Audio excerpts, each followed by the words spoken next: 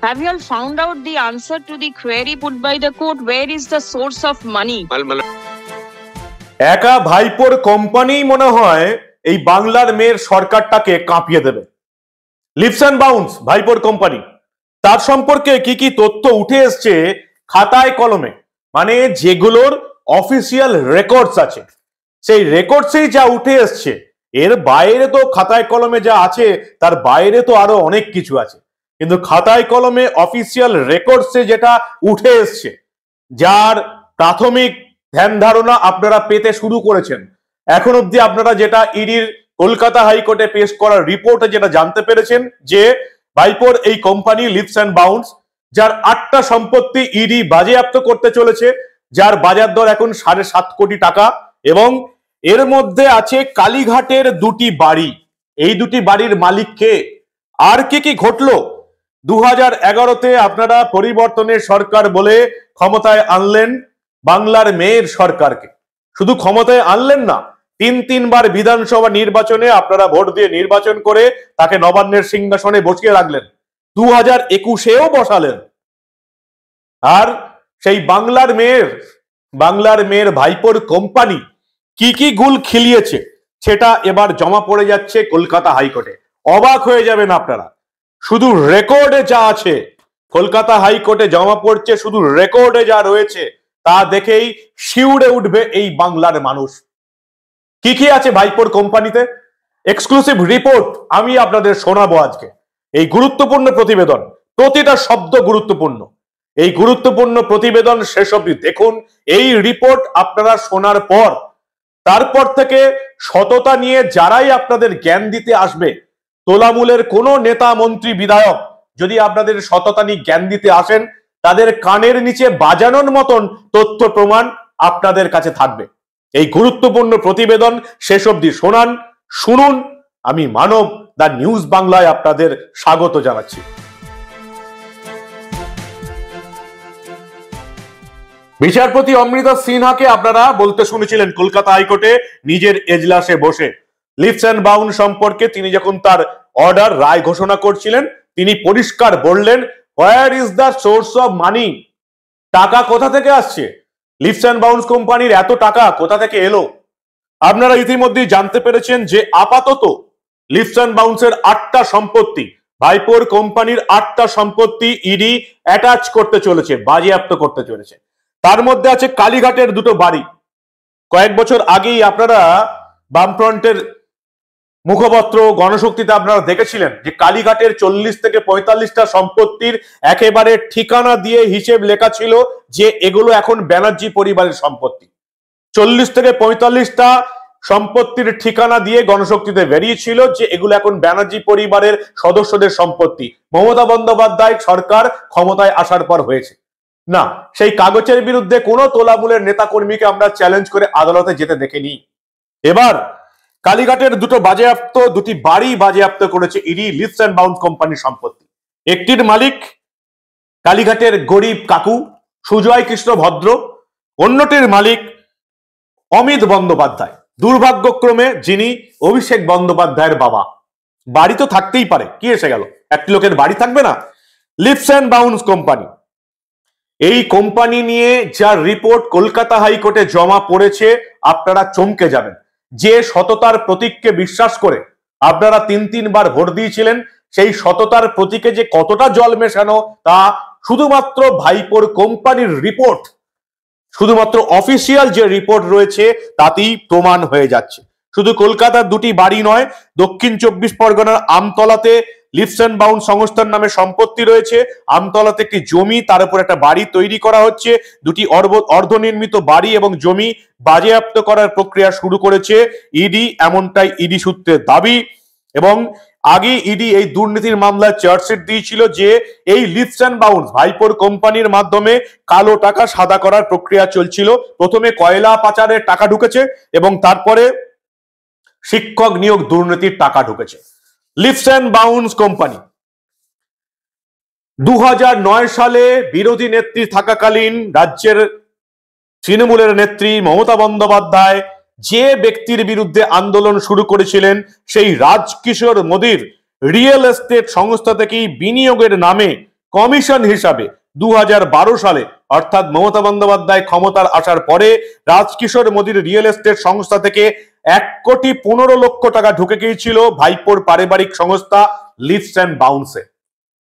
রাজকিশোর মোদী তার real estate সংস্থা 2008, 2009, 2010 মমতা বন্দ্যোপাধ্যায় জোরদার আন্দোলন শুরু করেছিলেন যে এই রাজকিশোর মোদীর সঙ্গে বামেদের সরকারের একটা ঘনিষ্ঠ সম্পর্ক আছে এবং তিনি এনআইএ তদন্ত দাবি করেছিলেন।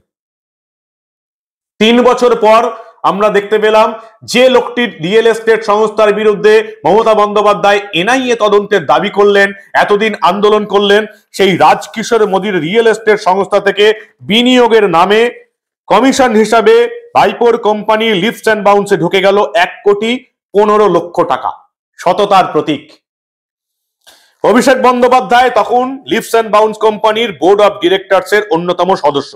ভাইপো তখনও দলের মধ্যমণি হয়ে ওঠেননি, কারণ তখনও তিনি ভোটে দাঁড়াননি। তাকে শুধুমাত্র মমতা বন্দ্যোপাধ্যায় জেতার পর উড়িয়ে এনেছিলেন। তারপরে ভাইপো শুরু করলেন লিফটস অ্যান্ড বাউন্স কোম্পানি। আপনারা সততার প্রতীককে একের পর এক ভোট দিয়ে জিতিয়ে গেলেন আর লিফটস অ্যান্ড বাউন্স কোম্পানি ফুলে ফেঁপে উঠল।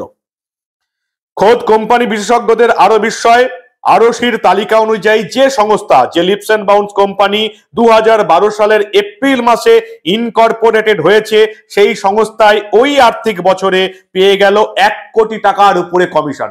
কি করে পেল?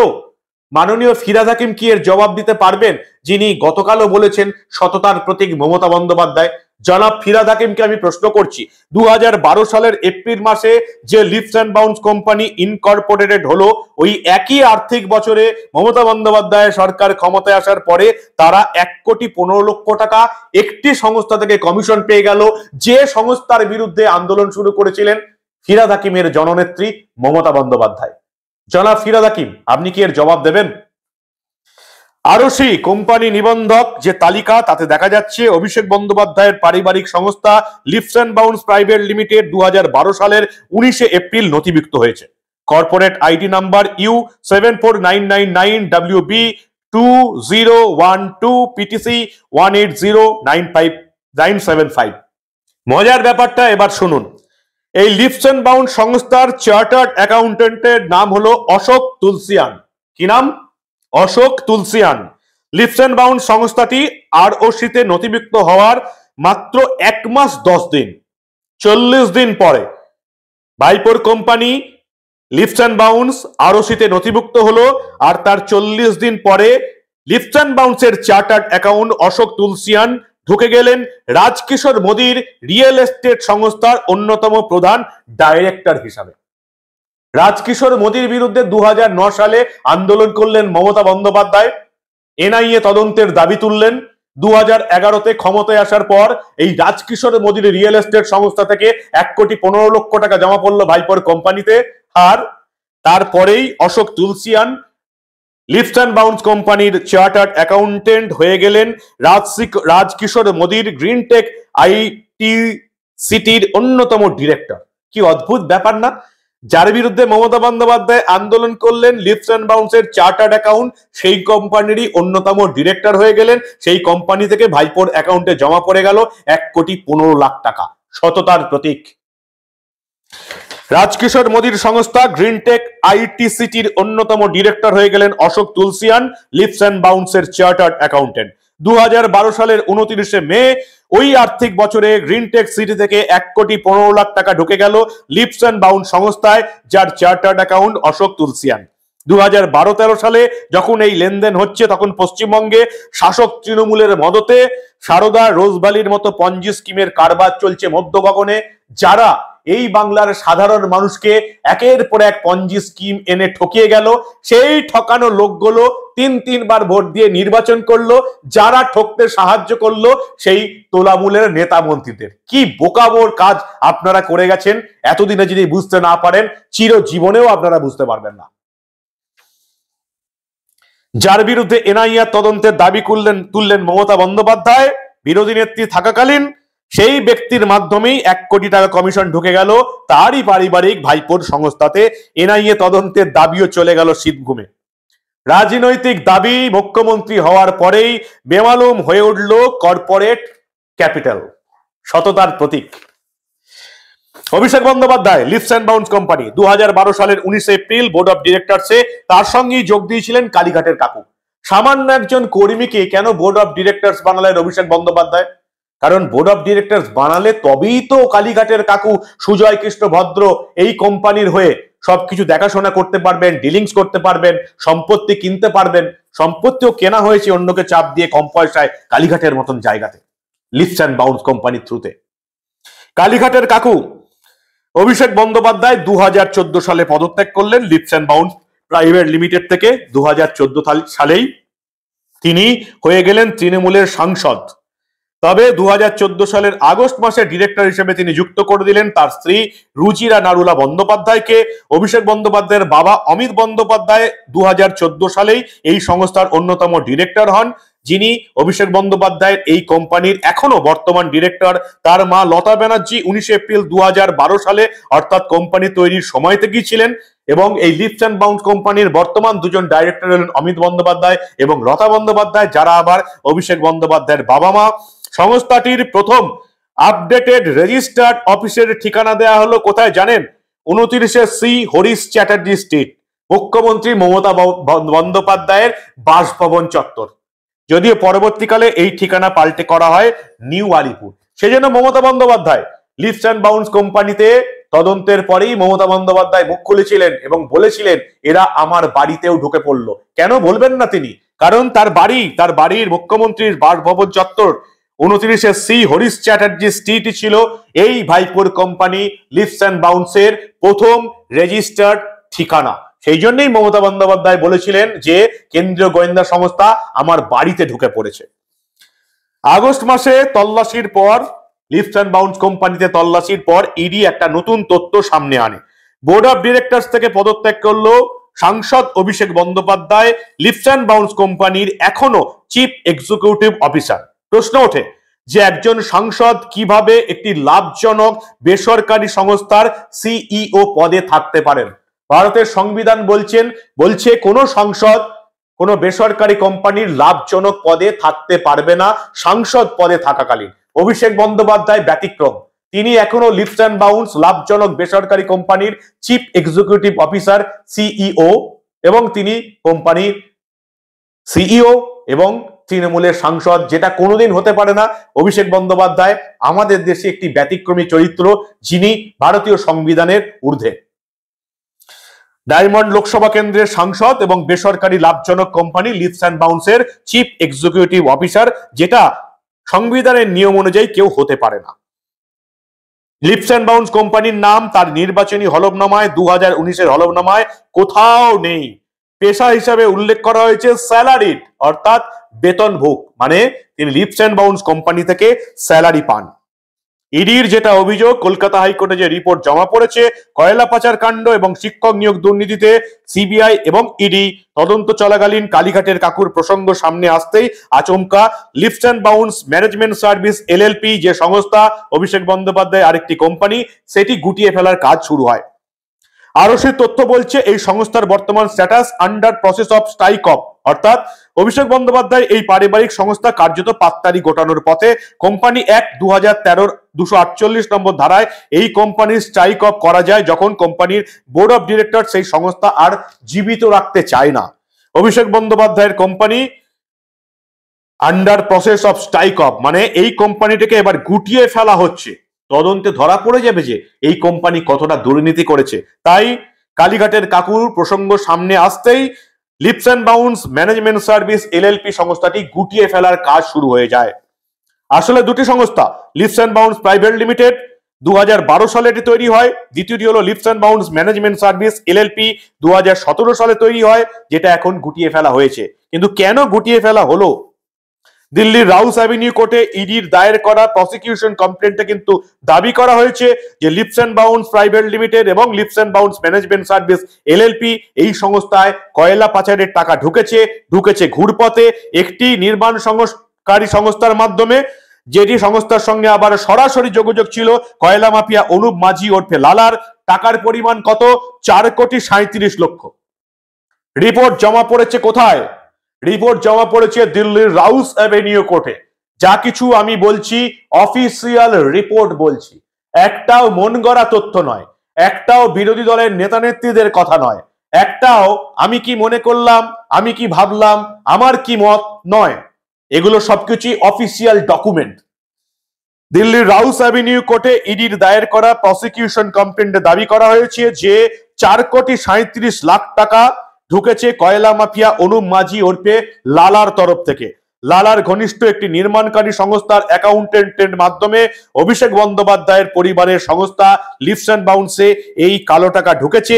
ইডির দাবি কয়লা পাচারের টাকা ঘুরপথে এই সংস্থার মাধ্যমে লালার অর্থ পৌঁছেছে ভাইপোর কোম্পানি লিফস অ্যান্ড বাউন্সে এবং এই অর্থ ঢুকেছে প্রোটেকশন মানি হিসাবে।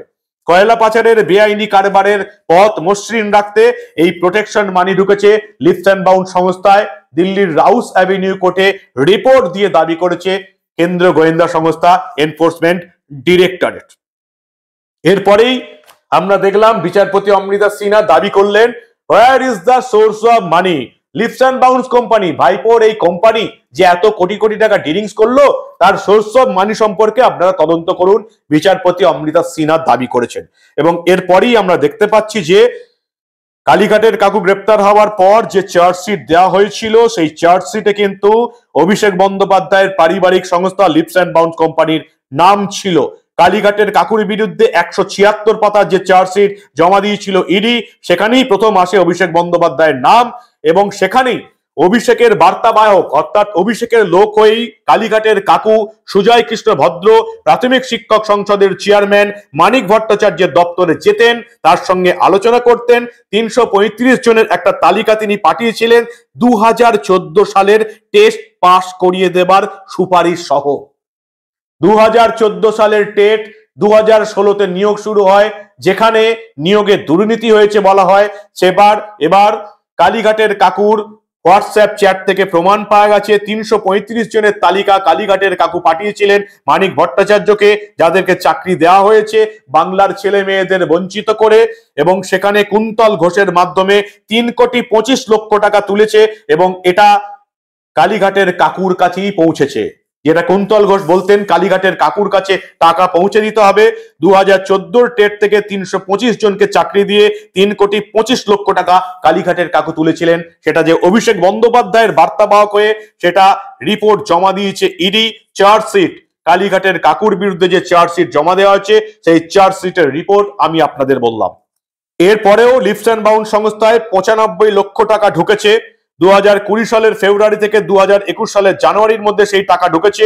মানি লন্ডারিং জন্য তদন্তে দেখা গেছে ঘুরপাতে অভিষেক ঘনিষ্ঠ কালীঘাটের কাকুর সংস্থা এসডি কনসালটেন্সির মাধ্যমে 2020 সালের ফেব্রুয়ারি থেকে 21 জানুয়ারি পর্যন্ত 3 দফায় মোট 95 লক্ষ টাকা ঢুকেছিল লিফস অ্যান্ড বাউন্সে। কালীঘাটের কাকুর সংস্থা এসডি কনসালটেন্সি কোথায় পেলেন কালীঘাটের কাকু এত টাকা? ইডি মনে করছে এটাও হচ্ছে এই চাকরি চুরির টাকা। আমার আপনার ছেলে মেয়েদের ভাই বোনেদের চাকরি চুরি করেছে কালীঘাটের কাকু এবং সেই টাকা ঢুকিয়েছে আপনাদের প্রিয় ভাইপোর লিফস অ্যান্ড বাউন্স কোম্পানিতে। এমনই চার্জশিট দিয়েছে, রিপোর্ট দিয়েছে কেন্দ্রীয় গোয়েন্দা সংস্থা। প্রথম দফায় 12 ফেব্রুয়ারি 2020 48,60,000 টাকা ঢুকেছে। দ্বিতীয় দফায় 27 মে 2020 45,36,000 টাকা ঢুকেছে। তৃতীয় দফায় 29 জানুয়ারি 2021 1,05,000 টাকা ঢুকেছে ব্যানার্জি পরিবারের পারিবারিক সংস্থা লিফস অ্যান্ড বাউন্স। আর এই এতগুলো কাণ্ড 2011 থেকে হয়ে এসছে। আপনারা একের পর এক ভোটে সততার প্রতীক বাংলার মেয়েকে ভোট দিয়ে নির্বাচন করে গেছেন, আর তার ভাইপোর লিফস অ্যান্ড বাউন্স কোম্পানি ফুলে ফেপে উঠেছে আপনাদের ছেলে মেয়েদের চাকরি চুরির টাকায়। কোনোদিন ভেবেছিলেন এসব? কোনোদিন ভেবেছিলেন? এবার ভাবুন, ভাবতে থাকুন, নিজের মাথাটা এবার খাটান যে কি করে চলেছেন আপনারা। শুধুমাত্র ভাতা, পুজোর অনুদান আর ইমাম ভাতার লোভে আপনারা কি করে চলেছেন, এবার সেটা আপনাদের ভাবার সময় এসে গেছে। যদি এখন না ভাবেন আর কোনোদিনই আপনারা ভাবতে পারবেন না। এই রাজ্যকে আপনারা বিপদের একেবারে সীমানায় পৌঁছে দিয়েছেন। মাথা ঘুরিয়ে দেওয়ার কৌশল। একটি বড় রিয়েল এস্টেট কোম্পানির কাছে ভুয়ো বিল জমা দিয়ে কার্যত খাতায় কলমে লেনদেন দেখিয়ে 95 লক্ষ টাকা মুনাফা করেছিল সুজয় ভদ্রের সংস্থা এসডি কনসালটেন্সি।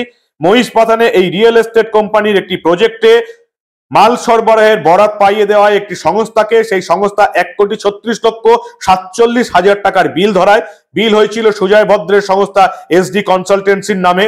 এরপরে ওই রিয়েল এস্টেট কোম্পানি নামে আরেকটি বর্ধিত হারে বিল জমা দেওয়া হয়। 1,36,00,000 টাকা হয়ে যায় 2,32,00,000 বেশি। আর ওই 95 লক্ষেরও বেশি টাকা সরাসরি ঢোকে সুজয় ভদ্রের এসডি কনসালটেন্সি সংস্থায়। এরপর ওই টাকাটি সোজা চলে যায় লিফট অ্যান্ড বাউন্স কোম্পানি, ভাইপোর কোম্পানিতে। এই কারবারটি শুধু খাতায় কলমে দেখানো হয়েছে, আসলে শুধুই প্রোটেকশন মানি। কাদের কাছ থেকে প্রোটেকশন মানি আদায় করতো ভাইপোর কোম্পানি লিফট অ্যান্ড বাউন্স, সেটাই এখন ইডি তদন্ত করে তুলে আনছে। ইডির রিপোর্ট আমি আপনাদের শোনালাম। নিয়োগ দুর্নীতির টাকা খেটেছে রিয়েল এস্টেটে, সিন্ডিকেটের কারবারে, এবং সেখান থেকেই মুনাফার টাকা সরাসরি সুজয় কৃষ্ণ ভদ্র কালীঘাটের কাকুর সংস্থা এসডি কনসালটেন্সির মাধ্যমে ঢুকেছে ভাইপোর পারিবারিক সংস্থা লিফটস অ্যান্ড বাউন্স কোম্পানিতে। স্বাভাবিকভাবেই লিফটস অ্যান্ড বাউন্স কোম্পানিতে যখন তল্লাশি চলছিল তখন মুখ্যমন্ত্রী মমতা বন্দ্যোপাধ্যায় বলেছিলেন আমার বাড়িতেও ঢুকে পড়েছে কেন্দ্রীয় গোয়েন্দা সংস্থা, কারণ লিফটস অ্যান্ড বাউন্স কোম্পানির প্রথম রেজিস্টার্ড ঠিকানা ছিল 29 হরিশ চ্যাটার্জি স্ট্রিট, মুখ্যমন্ত্রীর বাড়ির উঠোন। কি বলবেন আপনারা? Official report. এর বাইরেও যে কত কিছু আছে সেটা তো আপনারা জানেন। ইডি জমা দিয়েছে অফিসিয়াল রিপোর্ট দিল্লির রাউস অ্যাভিনিউ কোর্টে এবং কলকাতা হাইকোর্টে বিচারপতি অমৃতা সিনহার এজলাসে। সততার প্রতীক একজন আর নিজের পোস্টারে লিখতে পারে না। বিরোধী দলকে বলতে হয়নি, কাউকে বলতে হয়নি, সাংবাদিকদের বলতে হয়নি, এমনিই লিখতে পারেন না তিনি। আর আপনারা এই সততার প্রতীক বাংলার মেয়েকে 2021-এ আবার ভোট দিয়ে এই রাজ্যের সিংহাসনে বসালেন তার ভাইপোর কোম্পানিকে ফুলিয়ে ফাঁপিয়ে বড় করার জন্য। যদি শুধুমাত্র দুর্নীতি করে ভাইপোর কোম্পানি ফুলে ফেপে উঠতো তবু আপনাদের ভোট দেওয়ার একটা যুক্তিসঙ্গত কারণ ছিল যে কে কি করছে আমার দেখার কি দরকার। কিন্তু এই টাকাটা এসছে আপনার ছেলে মেয়েদের চাকরি চুরি করে। আপনার ছেলে মেয়েরা বেকার বসে আছে, শুধুমাত্র ভাতা পাচ্ছে আর লক্ষ্মীর ভান্ডার পাচ্ছে, পুজোর অনুদান পাচ্ছে, আর টাকা নিয়ে অযোগ্য ছেলে মেয়েদের এই বাংলার কোনায় কোনায় শিক্ষকের চাকরি দিয়ে দিয়েছে এই পরিবর্তনের সরকার বলে, যে সরকারটাকে আপনারা তিনবার ভোট দিয়ে এসছেন। এত কিছু তো শুনছেন, অফিসিয়াল রিপোর্ট দেখছেন, তবু কি আপনাদের চৈতন্য হবে? বাংলার মানুষ কি এত বোকা? তারা কি এরকম কালিদাসের মতন যে ডালে বসে থাকছে সেই ডালটাই কেটে যাবে বারবার বছরের পর বছর? কি করবেন আপনারা?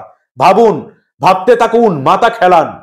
এখন যদি না ভাবেন আপনাদের আর কিছু করার থাকবে না। ভবিষ্যৎ প্রজন্মকে আপনাদের জবাব দিয়ে যেতে হবে। যখন ভবিষ্যৎ প্রজন্ম জিজ্ঞেস করবে আপনারা এত বড় ভুল বারবার কি করে করলেন, আপনারা এত বড় গবেট বারবার কি করে হলেন, কি বলবেন আপনারা? সবটাই তো শুনলেন। দিনের আলোর মতন সমস্ত রিপোর্ট পরিষ্কার হয়ে গেল আপনাদের চোখের সামনে। আপনাদের মূল্যবান মতামত জানান দা নিউজ বাংলার কমেন্ট সেকশনে। যদি এই প্রতিবেদন ভালো লাগে অবশ্যই বন্ধুদের গ্রুপে শেয়ার করবেন। আর দেখতে থাকুন the news Bangla. Mainstream media যে ঘটনাগুলো দেখার সাহস করবে না সেগুলো আপনারা আমার মাধ্যমে দেখতে পারবেন দা নিউজ বাংলার পর্দায়। দেখতে থাকুন দা নিউজ বাংলা, কারণ আমরা কোনো ঘটনায় চেপে রাখতে দেব না।